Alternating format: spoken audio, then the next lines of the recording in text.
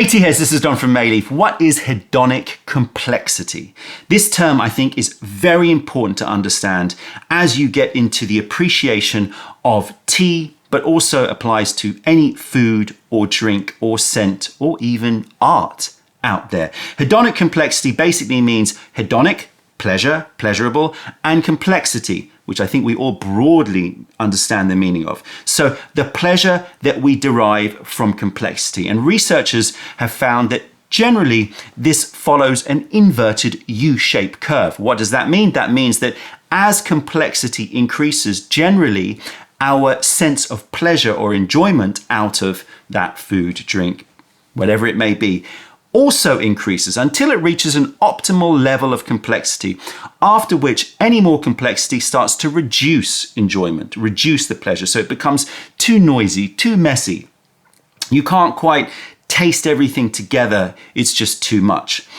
So as I said, you can apply this to any food and drink, but you can also apply this to art or music that is more simple and then becomes to a point where it becomes too noisy and too complex for our ears. But what researchers also found is that that optimal level of complexity for any individual changes through their life. Generally, as we begin our life or as we begin our journey in tea tasting or begin our journey, whatever, exploring art, exploring music, we tend to prefer less complex. But as we taste more complexity, the first time we taste that more complex, let's say tea, we may not enjoy it because it's beyond our optimal level of enjoyment, optimal level of complexity for our optimal level of pleasure. But the next time we taste it, we have learnt that that complexity can be something to be enjoyed. And so our levels of complexity, the U-shaped curve starts to move. So we start to desire more and more complex things. So it's interesting. The first time you try something that's maybe a bit over complex, you might not enjoy that much, but it somehow registers. And then the second time or the third time you taste that same tea or same food, you will find that actually you enjoy it more than simpler tastes. And this is something that I've found in tea. I found that as you develop your taste in tea, generally the collective we, start to crave more and more complexity as we become more exposed to complex teas. And one of the tea types that I think this applies to the most are teas which have a very light, bright aroma, but when you start to build up your experience in tea, they start to reveal themselves after the fact as being actually quite simple teas. So what I want to do today is I want to talk about what I look for as complexity in tea. And I'm intentionally picking a tea which follows that same character, which is a character which is all about showing off the lightness and airiness and purity of the tea, rather than a tea which is just jammed full of complexity. So some teas that I throw under this category might be some yellow teas, might be some raw pu'er teas, a lot of raw pu'er teas. One of the most common comments that I'll write on sampling when I'm sampling and I'm sourcing teas is nice, lacks complexity. And so raw pu'ers are a perfect example. Also, Taiwanese baozhong is a very clear example. And for those of you who've been following Mayleaf for a while, you'll know I've never sourced a Taiwanese baozhong because I've never felt they've hit that right level of complexity. Sure, they taste good, but they haven't hit that right level of complexity. Another one, which is one that's in front of me, is Snowflake Dansong, aka Snow Phoenix. This is late harvest Dansong. Now, Dansong, we know, is one of the most complex teas in terms of aromatics out there. But winter-picked Snowflake Dansong, which this is in front of me, tends to be more in that realm of the Taiwanese baozhongs and the raw pu'ers, in that the producers tend to try to showcase the purity of the tea, but instead what they do in most cases with Snowflake tea is that they don't the tea doesn't have enough complexity and it just comes across as too raw. When I went to Laobanjiang many years ago, one of the most famed terroirs in the world, producing the most expensive teas in the world, and I took some leaves, some raw leaves from gushu trees, and I put them in a bottle of water and I smuggled them out and I, let it steep in water and I drank it.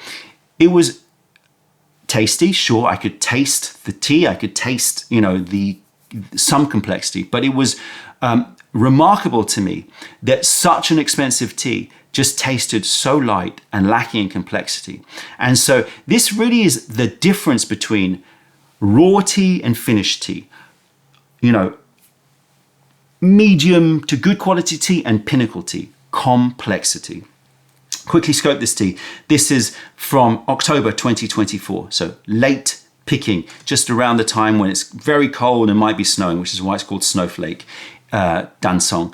Last harvest of the year, October 2024. This is from the Yasha duckshit variety. So this is a winter version of the duckshit variety. The origin is from Xinchun village in Fenghuang, Guangdong, South China. We'll talk about picking and processing a little bit. Elevations are about 600 meters. So picking and processing on this tea is relative compared to spring pick dansongs, oolong teas, is relatively lighter. So they will pick it, they will wither it, they will allow it to oxidize a little bit, but not too much. They will then fire it and they will then dry it. And then there will be a very light roasting. In fact, some snowflake teas won't have any roasting, in which case I just wouldn't even, well, you can taste it, but I don't think it would have built enough complexity. This has a light roasting on it. And I have not sourced a snowflake dansong for, I think, about 4 years. The reason is because every year I've tasted it and I've said, not enough complexity. So, because we found one with enough complexity, I want to explain the difference that I would be looking for. And I'll probably be doing another video another time to follow up this idea of hedonic complexity, but I just want to talk about how you can build complexity in the leaves. Then we're going to be talking about, in another video, I think, how that complexity builds over a session, but I think that that would be too long for this video. So, as I said, raw pu'ers, Taiwanese baozhong, some large leaf yellow teas, possibly some green teas. They can err on the side of being too raw.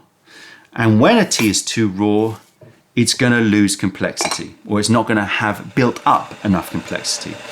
Right, let that heat up, and we're going to go through a quick tasting of this tea. But before I do, I want to explain to you what I would be expecting if the tea lacks complexity. So what I'll be expecting from a snowflake dansong or snow phoenix is I will be expecting a hit of aroma. I'll be expecting that initial hit of aroma. It'll probably be quite carameled, quite smooth, quite rounded. There may be some fruits involved. So I do expect aroma, and that's one of the things in complexity. It generally is going to show itself not at the beginning, but in the middle and end stages of the appreciation. Here we go. Right, so this has an immense amount of caramel. I'm getting yellow roses. I'm getting melon. I'm getting milk. I'm getting coconut. I'm getting frangipan.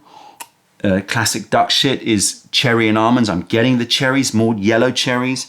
I'm getting coconut creams. I'm getting those milky white rabbit candies. It is incredibly full.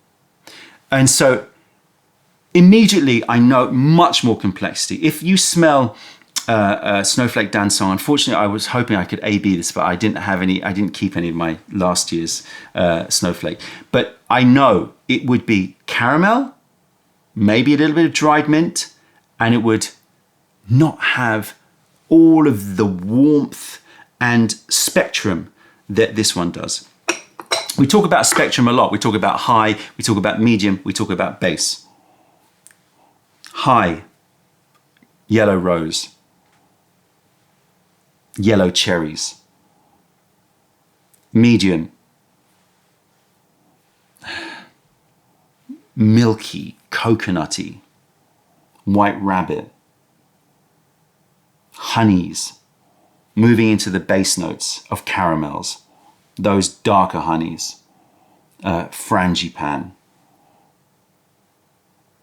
Yes, it's still, if you're looking at the spectrum, there's no really base notes, it's still lighter, but there's complexity in that lightness. Right, let's quickly rinse these teas, rinse these leaves, give the crabby some. Oh, I'm pouring out the wrong place. I was thinking, what am I doing? I'm so used to the niching pot, my niching go one, which has holes all the way around. You can see the holes on here. It has just in this section, the toad, I forgot. The niching has it all the way around. I was wondering, why isn't it pouring properly? Okay, here we go.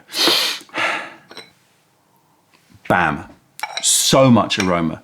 I'm getting that frangipane. I'm also getting frangipani flowers, actually, as well as the rose. I'm getting a little bright lightness of aloe. I'm getting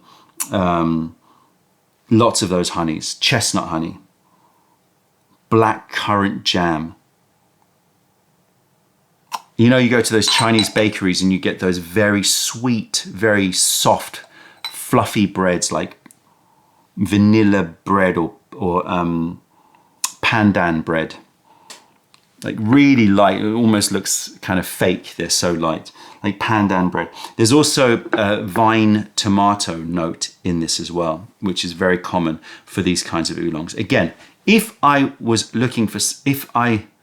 smelling something which is, let's say, the 80% of the snowflake dansongs which I've smelt over the years, then sure, there would be some of those notes, but they would all be dialed down in terms of intensity and also have less variation.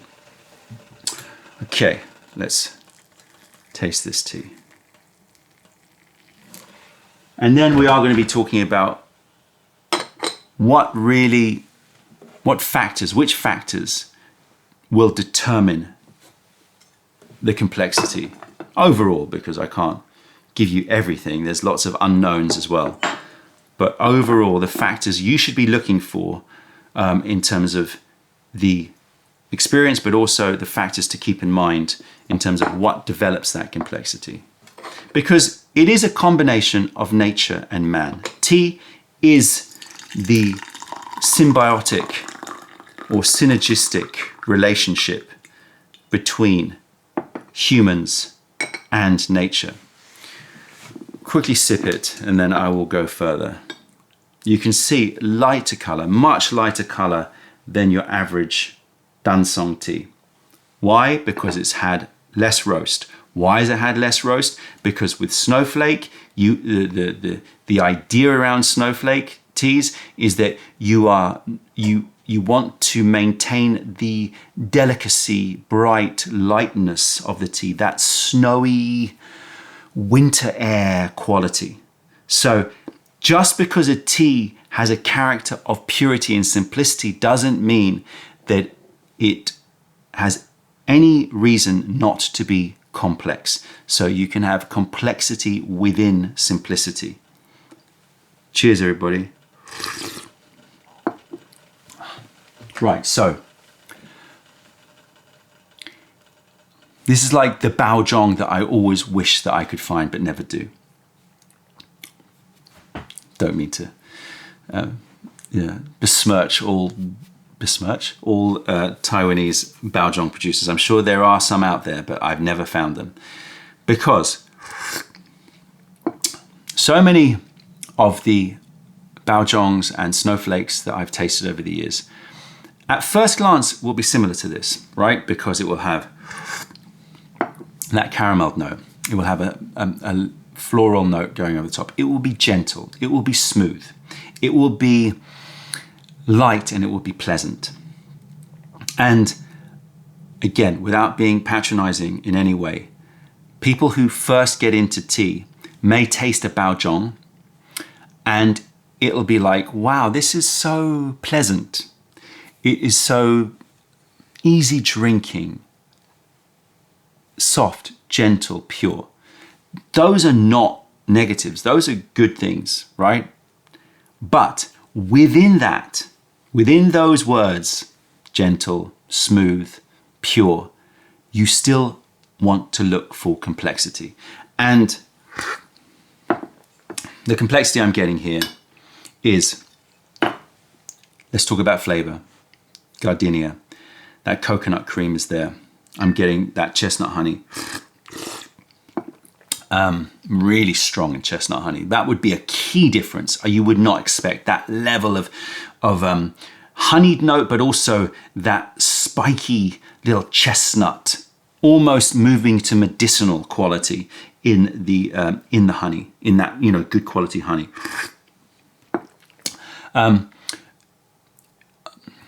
Winter fruits. I'm getting persimmon. Candied persimmon, sweet, sticky, concentrated. Again, you would not get that level in a less complex tea. Then comes that beautiful, snowy, ozone, ionized air. You've stepped out of a chalet in the mountain air, in that snowy winter air, you know, bedded by snow. The smell of snow. What is the smell of snow? Well, some people say the smell of snow is an absence of smell because the temperature is so low that it mutes all the smells. They're not volatile and moving around. Also, you're getting humidity from the lots of water around in the form of snow. So you're getting this humidity and cold. So you're getting this sort of absence of other smells. I don't know if that's true or not, but what I can tell you is that after I've swallowed this tea and I breathe it out through the nose, I'm getting lots of that snowy air quality. So you don't pick it up so much in the smell of the leaves, but you are picking up in retronasal. So beautiful, snowy, ionized, fresh, light, bright, wintry, cooling. It has this uplifting quality. So we talk about this whole set of sensorial inputs that derive character in a tea, right? And the character of this tea is about that winter air. It is about purity. It is about lightness. And so you don't want to over roast. You don't want to treat this like a springtime dansong teas. So you can understand why it's been left so green, right? And that is the same with those baojongs and with raw pu'er tea, especially, well, both spring and autumn raw pu'er tea.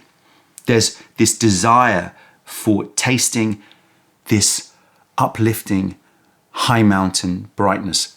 High mountain Taiwanese oolong, another perfect example. Even moving into Qingxiang Tieguanyin, those very floral Tieguanyins, they so often lack complexity. You smell them, you get this waft of incredible, like, whoa, amazing, floral notes. But is there enough complexity in the entire package? Or is it just in one note, in one like very floral note on the nose?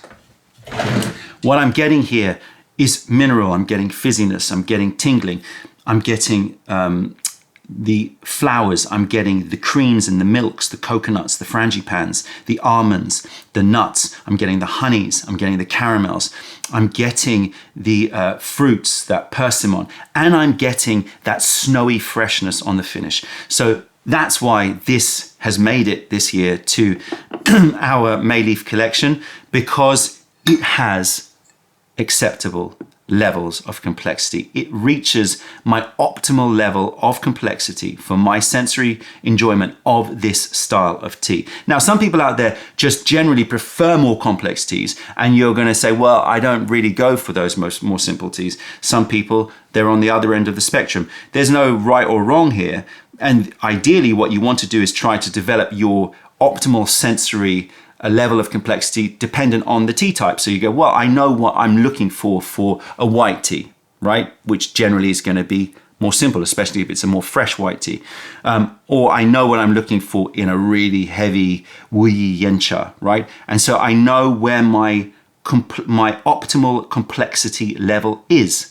And I think that, I often say, you're not going to enjoy Mayleaf teas if you don't have a similar taste, or if you don't appreciate what I appreciate in teas, and again, no right or wrong, you might prefer different things, and that's fine, but you know when you buy from us that I will be selecting only on my taste and my level of what I'm looking for in terms of complexity.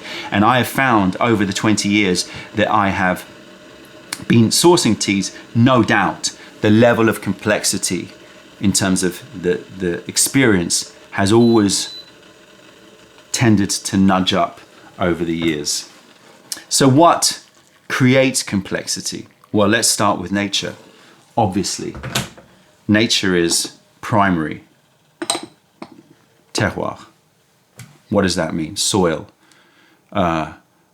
microclimate, elevation, aspect, neighboring plants, water drainage, steepness of the land that it's growing on, all of the factors that make up terroir.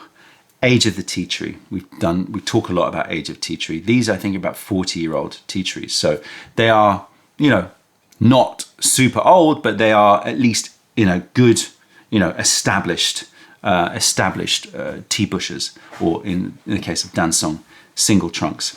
So 40-year-old tea trees. Age develops complexity. Why? Because age denotes experience.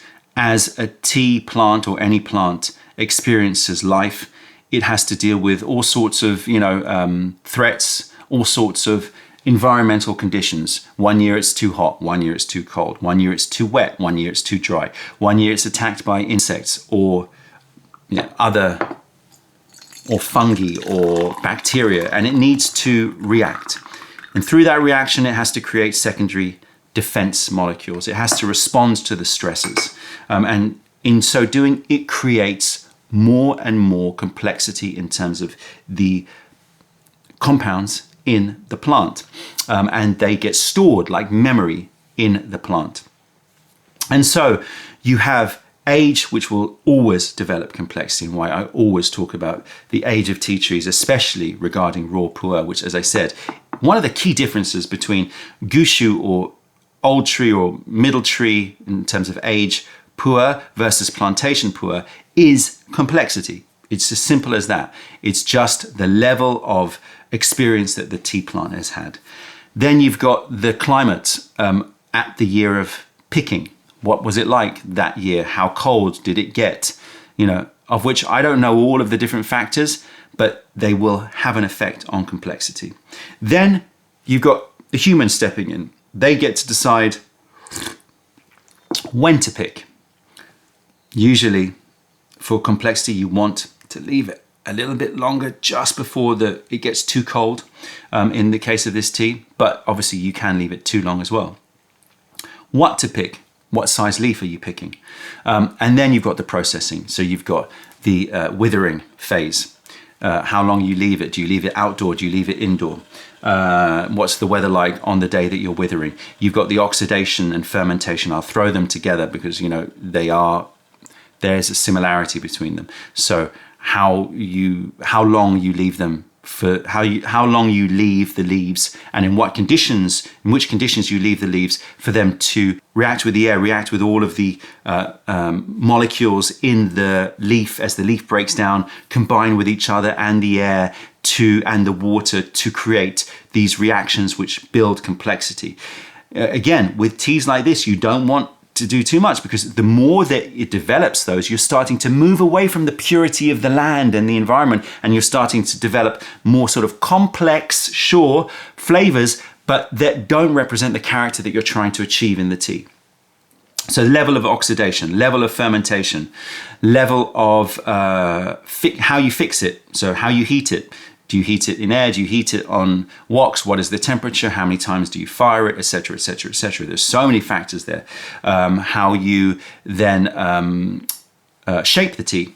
Shaping tea has a big effect. If these teas were, after they had been fired, had been rolled heavily like a ball rolled oolong, they would have a very different taste compared to leaving it like this. Again, intentionally leaving things strip gives so less shaping, right? So there's some rolling, but less intensive shaping will again more towards the side of rawness, but we don't want to go so raw that it becomes too simple. So you want to just set that character at the right level between, the different spectrum from raw to super processed teas.